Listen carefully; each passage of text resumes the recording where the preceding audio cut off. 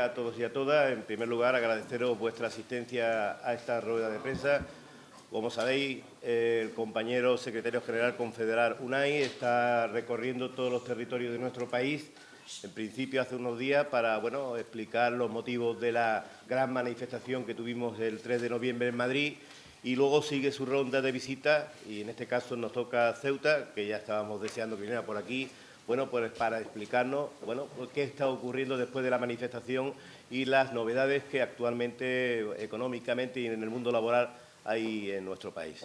Y yo poco más. Yo le voy a pasar la palabra al compañero para que, aparte de que os explique el tema, pues luego le hagáis las preguntas que entendáis que queráis hacerle. ¿De acuerdo?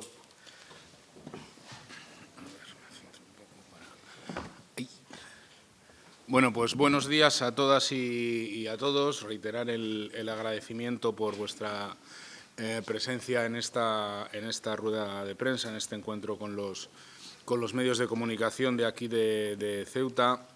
Decir que, como comentaba Emilio, en efecto, esta visita a la ciudad autónoma se engloba en la costumbre, en la inercia que tiene el sindicato de desplazar a la dirección, y en este caso a mi figura, a la Secretaría General, a lo largo y ancho de España, con la idea de que las reflexiones que hacemos y las propuestas de actuación sindical sean compartidas por el conjunto de organizaciones, de comisiones obreras, y sean conocidas por el activo del sindicato. Después de esta comparecencia a medios, como sabéis, mantendremos un encuentro, asamblea, con una buena parte del activo sindical de comisiones obreras de Ceuta, con centena larga de delegados y de delegadas, ¿no? Y lo hacemos así porque el momento económico y laboral que atraviesa nuestro país, como yo diría que el conjunto de los países al menos de Europa, es un momento bastante complejo, es un momento que era impredecible hace apenas un año, y es un momento marcado por las consecuencias económicas de la situación geopolítica, geoestratégica que se ha derivado de la guerra de invasión de Rusia a Ucrania, ¿no? Venimos analizando desde hace tiempo que es no solo esa guerra, sino otra serie de elementos que se dan en la economía mundial, y a los que ahora no voy a profundizar porque no vienen al caso, los que ha provocado un incremento disparatado de los precios desde el mes de marzo de este año 2022, un incremento de precios que ayer conocíamos su última secuencia, la inflación ya no la adelantada, sino la definitiva del pasado mes de octubre, que es una inflación que deja algún dato interesante, al menos dos, ¿no? O tres, yo diría que tres. El primero es que la inflación en España está teniendo una tendencia a la baja, en contraste con la inflación de la zona euro, que continúa subiendo todavía en términos muy preocupantes. Continúa al alza la inflación media en Europa, en la zona euro. En España se está conteniendo desde hace unos meses, ¿no? Y se está conteniendo porque se ha demostrado, como defendíamos desde comisiones obreras, que la intervención, que la actuación pública sobre algunos precios puede tener un efecto de contención de esos precios. Y ha sido la excepción ibérica, ha sido la posibilidad que se habilitó España dentro de la Comisión Europea para limitar cómo el precio del gas afectaba al conjunto de los precios energéticos y poder desacoplar el precio del gas del conjunto del mix energético. Es la razón por la que los precios energéticos en España han empezado a bajar de un tiempo a esta parte, y esto está generando que algunos de los principales componentes de la inflación, como era el precio de la energía y de la electricidad, estén dando un respiro.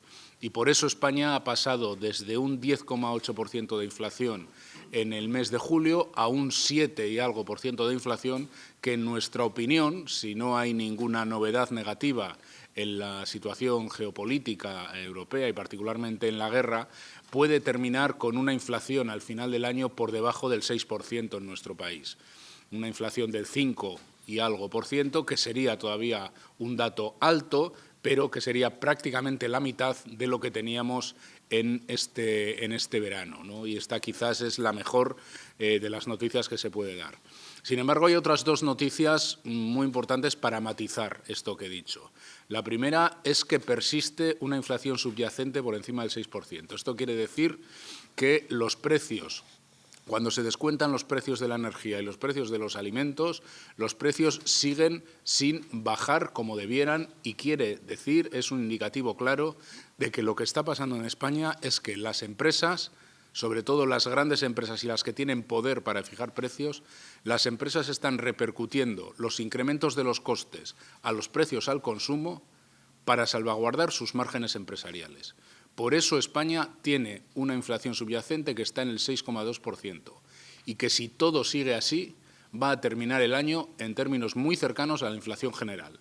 Y esto, desgraciadamente, avala lo que veníamos diciendo los sindicatos y es que, en general, las empresas en España repercuten los incrementos de los costes a los precios al consumo que paga la gente para salvaguardar sus márgenes empresariales, mientras que hacen una apuesta por la caída de los salarios, como ahora explicaré.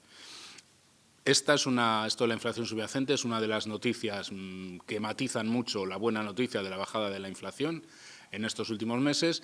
Y la segunda mala noticia es que algunos de los productos que componen esa cesta de la compra siguen en términos disparatados. Y algunos de esos productos, como los alimenticios, son los que forman la parte más importante del consumo de las familias más modestas, de los hogares que tienen menos rentas.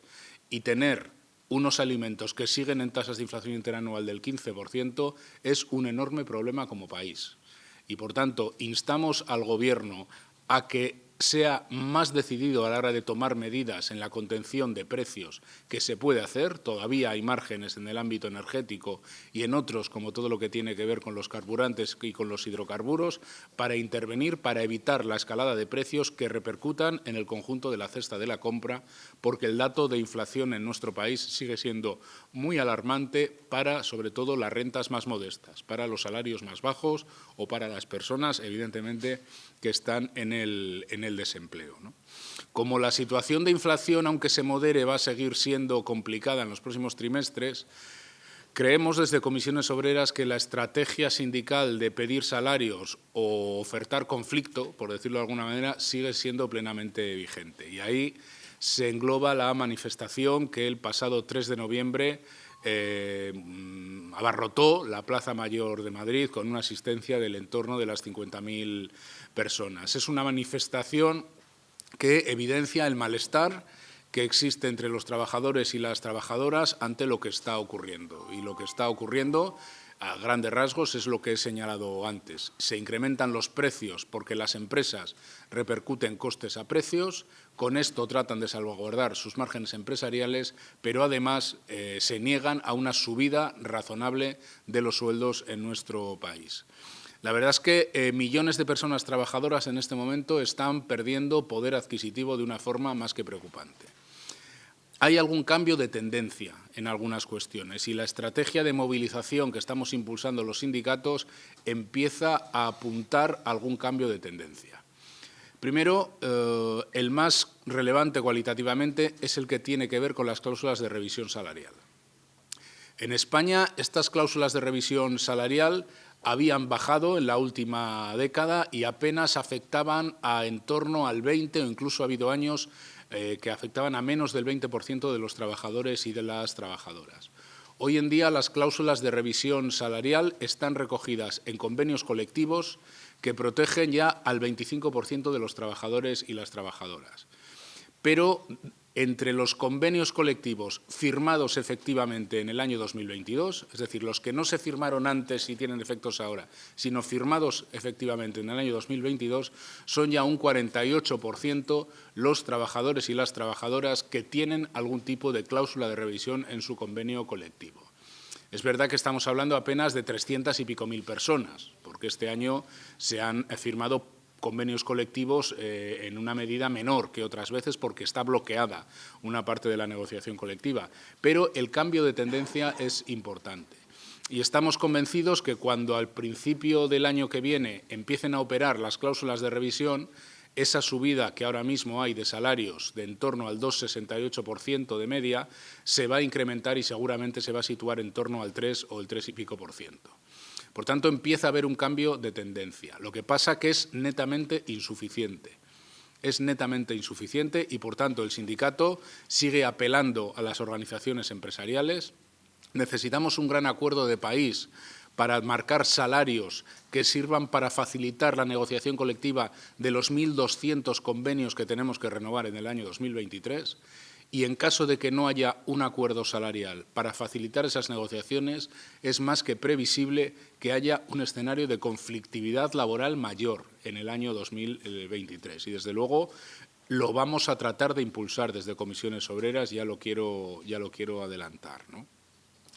Nuestra propuesta salarial, evidentemente, si hubiera una posibilidad y una mesa en la que negociarla, allí sería donde la especificaríamos, pero nuestra propuesta salarial tiene como eje central subidas salariales relevantes para el año 2022, 2023 y 2024. Cuando digo relevantes, digo propuestas que tendrían que estar en torno al 4, 4,5% para este año y que podrían ir disminuyendo en los dos siguientes en torno al 3,5 o el 2,5%, porque esto tendría que ir acompañado de algún tipo de compromiso, de cláusula, para recuperar el poder adquisitivo a lo largo de estos 3 años.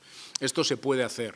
La última noticia la hemos tenido antes de ayer con un convenio de hostelería en A Coruña, donde se han firmado subidas salariales del 4, del 3,5 y del 4% con una cláusula de revisión. Esto se puede hacer.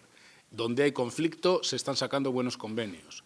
Y lo que es lamentable es que las patronales quieran condenar a nuestro país a que no haya un reparto salarial si previamente no hay un conflicto laboral. La apuesta por el conflicto de COE en este momento es más que evidente. Con el tema de los salarios, otra nota. Si en España los salarios pierden poder adquisitivo de una forma intensa, el riesgo de recesión se multiplica. Y se multiplica porque en un momento de incertidumbre internacional, donde el comercio mundial va a tener serios lastres en los próximos años, si no hay una activación de la demanda interna y del consumo interno a través de la distribución de los salarios, el riesgo de recesión en España es mucho mayor. Nadie prevé hoy en día una recesión para nuestro país, pero es también verdad que hoy en día es muy difícil prever lo que va a pasar a 8 meses vista, por decirlo de alguna manera, por la simple razón de que no depende de nosotros. Y entonces es fundamental que una subida de los salarios, que mantenga certezas en los trabajadores y las trabajadoras, que permita un nivel de acceso al consumo básico razonable y que no deprima la demanda interna del país, es clave para alejar esa posibilidad de recesión. Y, por tanto, la propuesta salarial de COE en este momento es una apuesta por la crisis y por la recesión, y así hay que decirlo. Por ir concluyendo, hay otras dos cuestiones que están en la agenda y que son sumamente importantes. Una tiene que ver con el salario mínimo interprofesional. Estamos cerca, creo que no faltan muchos días o no faltan muchas semanas, para conocer en qué términos la comisión de expertos de la que se dotó el Gobierno de España para calcular cuál es el 60% de la media salarial de sus resultados. No creo que le falten muchos días y, desde luego, antes de que concluya este mes de noviembre, espero que sepamos exactamente en qué han consistido sus trabajos. Instamos al Gobierno a que inmediatamente llame a los agentes sociales para negociar la subida del salario mínimo interprofesional. No debiera ser después del día de la Constitución. Antes de que coja a velocidad crucero el mes de diciembre, sería bueno que el Gobierno llamara a los agentes sociales para abordar cuanto antes mejor la subida del salario mínimo interprofesional. En opinión de Comisiones Obreras, el salario mínimo interprofesional tiene que subir de una forma vigorosa en el año 2023. No puede ser que el 1.800.000 y pico personas, casi 2 millones de trabajadores y trabajadoras cuyo salario directamente está vinculado al SMI, pierdan poder adquisitivo de cara al año 2023. Por tanto, más allá de los resultados de la comisión de expertos, que dirán lo que tengan que decir, la propuesta sindical es que la subida de los salarios tiene que ser igual o superior a cómo ha evolucionado a lo largo del año 2022 la inflación. Y ese es un emplazamiento que le vamos a hacer de una forma nítida al Gobierno. No sería comprensible, además, que el Gobierno se opusiera a hacer lo mismo que hemos hecho en materia de pensiones con el salario mínimo interprofesional. Si las pensiones hemos decidido mediante un acuerdo entre Gobierno, patronal y sindicatos que subían con la inflación media y que, por tanto, vayan a subir seguramente en torno al 8,5%, no se podría explicar que el salario mínimo interprofesional no subiera en una proporción similar, en función de cómo terminemos el año en materia de precios. Por tanto, esa es una cuestión que hay que abordar cuanto antes, que si no se resuelve satisfactoriamente, desde luego, va a contar con la denuncia sindical y que esperamos resolver cuanto antes. Y, por último, está el tema de las pensiones, de las traída y llevada a segunda fase en la negociación de pensiones. La negociación se va a producir también en las próximas semanas. Y hay contactos más o menos permanentes entre todos los agentes políticos y sociales implicados. El acuerdo en pensiones no está cercano, como desde algunas instancias se quiere trasladar. El acuerdo de pensiones es un acuerdo que tiene que consistir fundamentalmente en una mejora estructural de los ingresos del sistema de seguridad social. Y el sistema de seguridad social en España no puede seguir con la anomalía de que los salarios a partir de 49.000 euros dejen de cotizar a la seguridad social. Es necesario el destope de las bases máximas de cotización para que los salarios más altos aporten más a la seguridad social, y esto puede ir evidentemente acompañado, como no puede ser de otra manera, o bueno, sí puede ser, pero puede ir acompañado de una mejora paulatina también de las pensiones máximas en el futuro, para que quien ha aportado más acabe percibiendo una pensión mejor de lo que hoy en día percibe. Pero es fundamental el llamado destope de bases, que implica que esos salarios más altos tienen que cotizar o por la totalidad del salario que cobran o por una parte sustancialmente mayor a lo que hoy en día lo hacen. Hay que tomar más medidas de ingresos, como el mecanismo de equidad intergeneracional, la famosa sobrecotización, que creemos que hay que alargarla de forma indefinida o de forma muy alargada en el tiempo. Y hay muchos más elementos sobre pensiones mínimas y otras cuestiones que hemos puesto los sindicatos encima de la mesa, que ojalá dieran pie a un acuerdo, pero en este momento este acuerdo no está cercano, o desde luego no está tan cercano como algunos quieren trasladar de diversas maneras, ¿no? En fin, la apuesta y la prioridad de Comisiones Obreras para lo que queda de año 2022 y 2023 es una pugna por los salarios, es un emplazamiento a la corresponsabilidad de COE, y si no, pues el escenario de cara a 2023, en mi opinión, va a ser de una creciente movilización. Hay un malestar instalado en una buena parte de la sociedad española, producto de la pérdida de poder adquisitivo de sus sueldos y producto del deterioro de sus servicios públicos.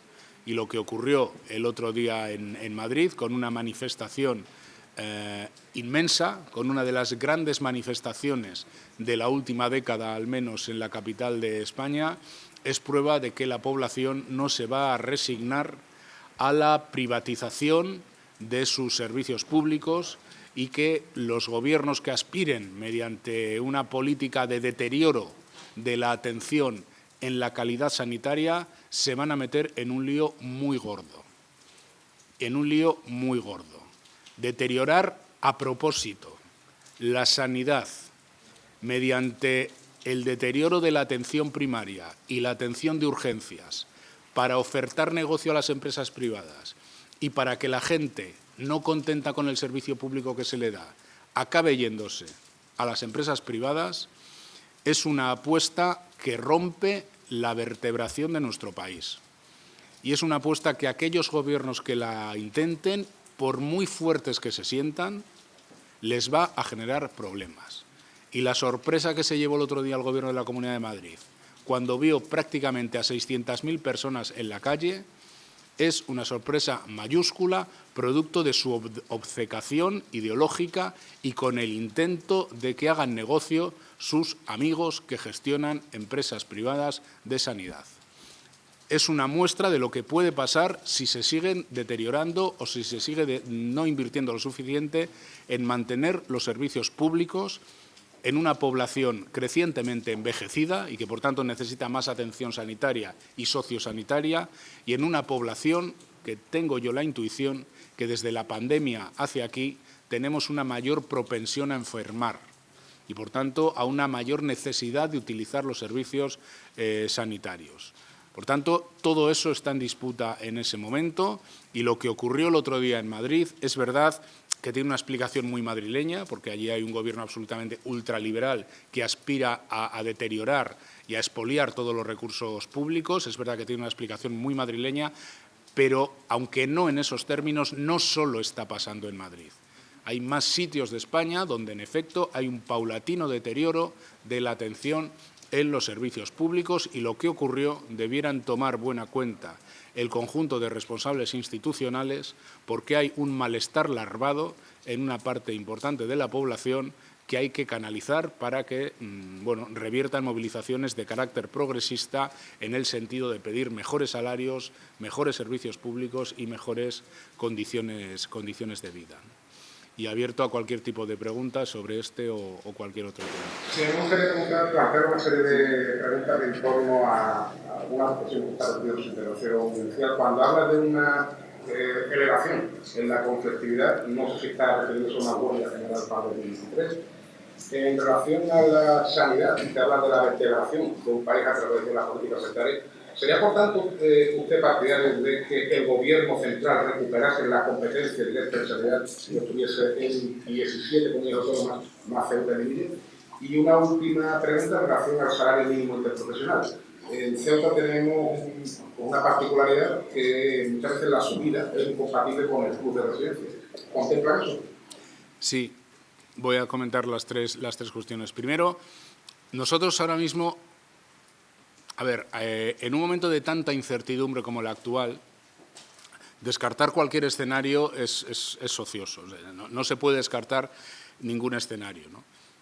Nosotros no estamos trabajando en la perspectiva de una huelga general por dos cuestiones fundamentales. Primero, porque una huelga general en España tiene un componente sociopolítico evidente. Y nosotros, buena parte de las rentas que dependen de nuestra negociación con el Gobierno o con los gobiernos, las estamos resolviendo de una forma, yo creo que relativamente satisfactoria, ¿no? ¿A qué me refiero con las rentas que dependen del Gobierno? A las pensiones, que como ya he dicho, se han saldado con un acuerdo para revalorizarlas con la inflación media, a las condiciones retributivas de las administraciones públicas, donde hemos alcanzado un acuerdo en la Mesa General de la Función Pública, en nuestra opinión, bastante satisfactorio, y nos faltarían por cerrar básicamente lo que tiene que ver con el salario mínimo interprofesional, que yo espero que podamos llegar a buen puerto, ¿no? Si resolviéramos esas rentas que aproximadamente afectan del orden de 15, 16 millones de personas, que se dice rápido, ¿eh? Estamos hablando de en torno a 10 millones de pensionistas, 3 millones y algo de empleados públicos y del orden de 2 millones, que serán más. Si el SMI sube, cuanto más suba, más gente afecta, pues otros 2,5 millones con toda seguridad, pues estamos hablando del orden de 16, 17 millones de personas, donde sus rentas las hemos resuelto con una cierta holgura y con una cierta satisfacción por nuestra parte, ¿no? Con lo cual, la parte más sociopolítica de la reivindicación sindical, en cierto modo, tiene buena acogida, ¿no? Pero claro, los salarios en España no se determinan ahí. Los salarios se determinan fundamentalmente en la negociación colectiva. Y, por tanto, lo que estamos planteando es un tensionamiento y una movilización en torno a la negociación colectiva. Sí es verdad que no es descartable algún tipo de movilización intersectorial en el año 2023. Si se produjera un bloqueo generalizado de la negociación colectiva o si las posiciones de las patronales fueran tan cicateras como están siendo hasta ahora, sí es probable que los sindicatos tratáramos de dar el salto de conflictos de sector a conflictos intersectoriales. Un poco el ensayo general fue lo que hicimos el otro día en Madrid. En Madrid no citamos a aquellos delegados y delegadas de los sindicatos que tienen el convenio bloqueado. A los que tienen el convenio bloqueado y a los que tienen el convenio resuelto. Por tanto, ese escenario no es descartable, ¿no? Lo que pasa es que esto no es una huelga general. Esto, en todo caso, serían movilizaciones intersectoriales o incluso un escenario de huelgas intersectoriales. Todo esto, en efecto, es algo que tenemos que ir evaluando a lo largo del año 2023 y que yo, en modo alguno, lo descartaría, ¿no? La segunda cuestión era la referida a... La sanidad. Si cree usted que estaría más protegida con... No, yo creo que el sistema sanitario en España es un sistema descentralizado en las comunidades autónomas y esto no tiene reversión, ni posible ni deseable. Es decir, yo creo que no es deseable, yo creo que la cuestión no es esa, pero es que además, sinceramente, yo creo que no es posible. O sea, el Ministerio de Sanidad hoy en día es un ministerio con unas capacidades disminuidas desde hace muchísimos años y, bueno, se demostró en la pandemia donde hubo necesidad de coordinar el conjunto de políticas sanitarias porque no hay un ministerio con la suficiente capacidad en ese terreno. Pero además es que yo creo que no es esa la cuestión, no es necesario, ¿no? Yo creo que la proximidad en la gestión de la sanidad pública a donde están los administrados, a donde estamos los ciudadanos, es incluso un valor positivo para nuestro sistema sanitario, ¿no? Yo creo que esa no es la cuestión. La cuestión es evitar un proceso de desmantelamiento progresivo del sistema público de salud. Y esto se está intentando. En algunas comunidades más que en otras, pero esto se está intentando. Y como los políticos, los responsables institucionales en general tontos no son, saben que el sistema sanitario, como el de pensiones, son sistemas muy legitimados y muy valorados por la población. Y saben que si alguien se presenta a las elecciones diciendo voy a privatizar el sistema público de salud, no le vota ni su familia. Entonces, no lo dicen. ¿Y qué es lo que hacen? Deteriorar la calidad de servicio. Lo que hacen es meter menos recursos, cerrar los centros de atención primaria o abrirlos tarde, de manera que como tú deterioras el sistema, como el ciudadano no encuentra la respuesta adecuada, lo que acaba haciendo es buscarse una alternativa en el servicio privatizado. ¿Qué es lo que va a ocurrir? Que van a trasladar el sistema a los servicios sanitarios privados. Esto es lo siguiente que va a ocurrir en Madrid.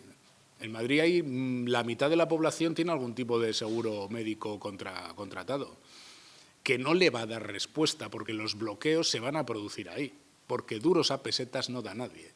Y servicios sanitarios pagando a 16 euros al mes no te van a curar ni un catarro. No te van a curar ni un catarro.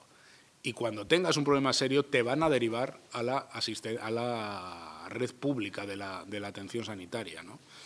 ¿Qué es de lo que se trata? De deteriorar el servicio para que sea la propia gente la que se busque alternativas privadas y rezar para que no se ponga enferma demasiado. Esa es la apuesta neoliberal por la sanidad. Y esto hay que romperlo, porque esto, primero, crea guetos en la sanidad, porque es un problema de salud pública en el largo plazo. Es decir, los países que han intentado este tipo de modelos, su población, esto hay que decirlo, a veces tiene esperanzas de vida peor que la española, mucho peor que la española, teniendo muchísima más riqueza. Y Estados Unidos es el ejemplo más claro. Esto conlleva un deterioro de la salud de la gente. Estos sistemas conllevan que la gente se muere antes. Se muere antes. Estos sistemas provocan una mortandad mayor, ¿no?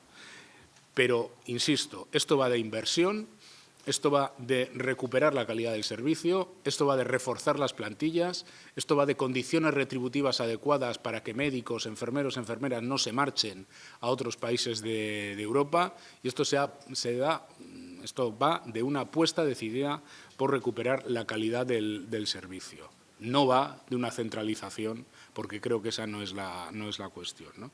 Y por último, estoy convencido de que dentro, lo decía ayer en la reunión que tuve con el comité, nada más llegar aquí a Ceuta, estoy convencido que si algún territorio de España tiene especificidades que hay que analizar desde el punto de vista sindical, son las ciudades autónomas y también los territorios insulares, ¿no?